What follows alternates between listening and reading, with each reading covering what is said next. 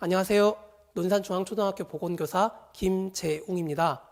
오늘 연수 주제는 교직원을 대상으로 한 응급처치법 중에서 하임리히법입니다. 이 영상은 미국 심장협회에서 제시하는 관련 매뉴얼을 기본으로 하였고 국내외 여러 자료들을 활용하여 재구성하여 보았습니다. 기존 응급처치 연수에서 잘 다뤄지지 않던 컨텐츠를 많이 담았기 때문에 새로움을 느끼시리라 기대합니다. 횡격막의 해부학적 구조, 하임리크법을 해야 할 경우와 하지 않아야 할 경우, 후두 부위 해부학적 구조 등 교직원분들이 알아두시면 덜 당황하고 더 자신감 있게 수행하실 수 있으리라 믿으면서 만들어 보았으니 의미 있으시길 바라겠습니다. 하임리히법으로 유튜브에서 검색을 해보면 이렇게 많이 나오는데요.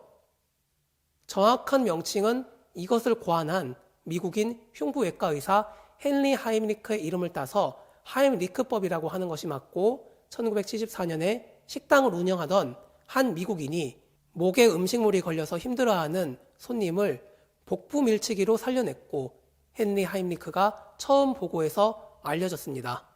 우선 본격적으로 들어가기 앞서서 선생님들이 알아두시면 더 오랫동안 기억하는데 도움이 될 만한 부분들이 있어서 소개해드리고 넘어가려고 합니다. 우리 몸에는 횡격막이라는 것이 있는데요. 그림에서 보시는 것과 같이 상체가 횡격막을 기점으로 흉강, 복강으로 나뉩니다. 복부를 밀쳐 올리면 횡격막이 올라가면서 흉강 내 압력은 증가하게 됩니다. 폐 속의 공기가 기도 쪽으로 한 번에 훅 나가게 되고 기도 윗부분에 위치한 이물질을 밀어내게 됩니다. 미국 적십자회에서는 5&5 어프로치라고 해서 등을 5번 치고 복부를 5번 밀쳐 올리라고 지시를 하는데요.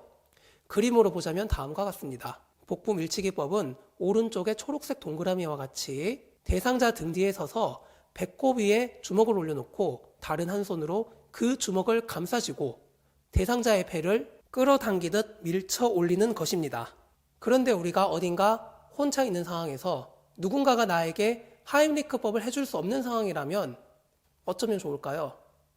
제시된 방법은 다음과 같습니다. 첫째로 등받이가 이때 너무 높지 않은 의자 뒤로 갑니다. 둘째, 본인의 주먹을 배꼽 위에 올려놓습니다. 셋째, 다른 한 손으로 주먹을 감싸쥐고요. 넷째로 몸을 구부림과 동시에 손을 상방으로 밀쳐 올립니다. 자, 그런데 중요한 것은 이물질에 의해서 기도가 폐색되었다고 해서 무조건 하임리크법을 해야 하는 것은 아니라는 것입니다. 굳이 이런 방법을 쓰지 않아도 되는 상황이 훨씬 많기 때문입니다. 그래서 이물질에 의한 기도 폐색을 두 가지 상황으로 먼저 나눠볼 수 있는데요. 심각한 정도를 평가하는 걸로 시작을 합니다. 약하게 폐색된 상황은 기침이 가능한 상황인데요. 이때는 기침을 계속 하도록 하면서 폐색이 완화되는지 그리고 기침이 점점 불가능해지는 것은 아닌지 관찰을 해주시면 됩니다. 기침으로 본인 스스로가 뱉어내도록 하는 것이죠. 주위에서 보게 되는 대부분의 경우가 이런 경우죠. 자, 만약에 심각한 상황이라면 그림과 같은 모습을 보이게 될 것입니다. 두 손으로 목을 감싸쥐고 굉장히 불안해하고 기침은 안 나오고 청색증이라고 해서 입술과 얼굴색이 새파랗게 변해버리거나 말도 할 수 없고 약하거나 고음을 낸다든지 하면 아주 심각한 상황이라 볼 수 있습니다. 흔히 보게 되는 모습은 아니지만 굉장히 위험한 상황이기 때문에 처치법을 모른다면 죽어가는 사람을 살려내기란 거의 불가능하게 됩니다. 이 상황에서 119 신고가 바로 이루어져야 합니다. 매뉴얼에는 의식을 잃으면 신고를 하고 심폐소생술을 실시하라고 되어 있지만 신고부터 먼저 하는 것이 안전합니다. 호흡이 가능하지 않다는 자체가 응급 상황이고 즉시 나아지지 않는다면 생명이 위협받고 119가 얼른 도착하는 만큼 소생의 가능성이 높아지기 때문입니다. 대상자가 아직 의식을 잃지 않았다면 대상자의 등을 5번 치거나 대상자의 뒤에서 이물질이 튀어나올 때까지 혹은 의식을 잃을 때까지 복부를 밀쳐 올려줍니다.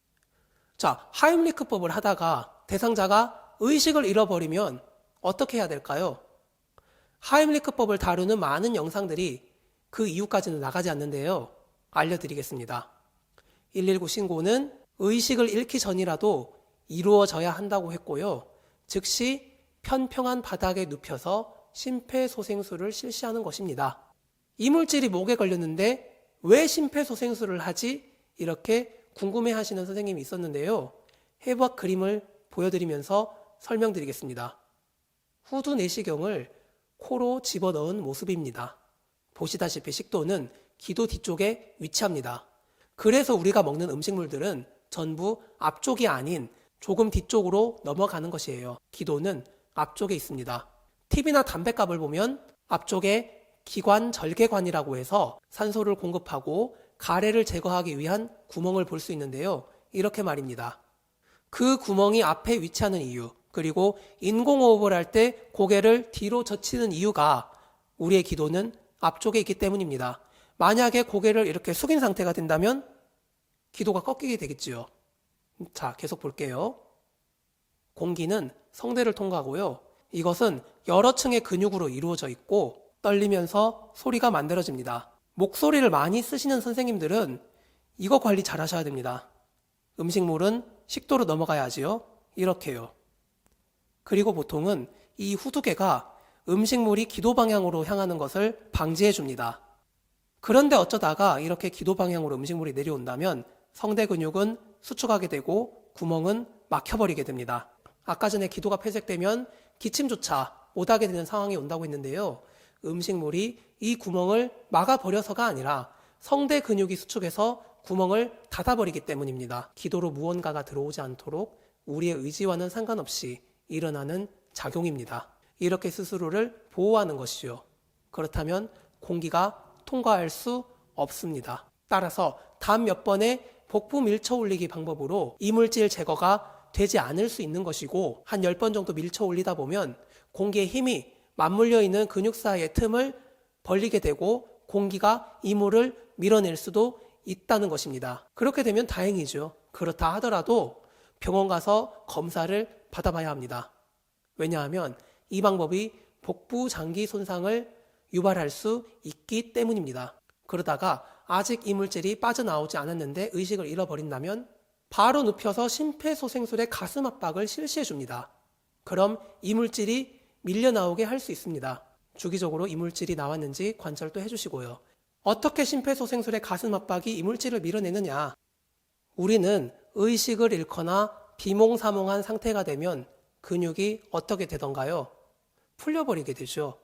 그렇다면 성대 근육도 풀려버리겠죠. 구멍도 열리게 될 것이고요. 이때 심폐소생술에서 하는 가슴 압박은 흉곽 내 압력을 증가시키게 되고 양쪽 폐 속에 있던 공기가 기도 성대 방향으로 한 번에 훅 빠져나가게 되면서 기도 위쪽에 위치한 이물질을 밀어내게 되는 것입니다. 이물질이 밀려났다면 입안에서 확인이 가능하게 되겠지요. 그렇다면 빼내주시면 됩니다. 응급 상황이라는 것이 교과서에 나온 사례들과 딱 맞아떨어지는 것이 아니고 다양하게 나타날 수 있기 때문에 하임리크법 영상이 최소한 여기까지는 다뤄져야 우리가 실제 상황에서 덜 당황하게 되는 것입니다.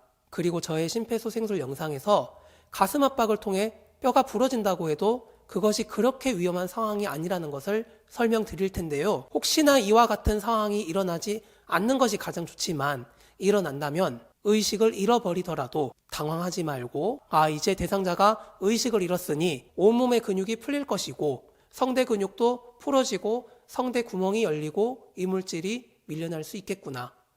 당황하지 않고 하셨으면 좋겠습니다.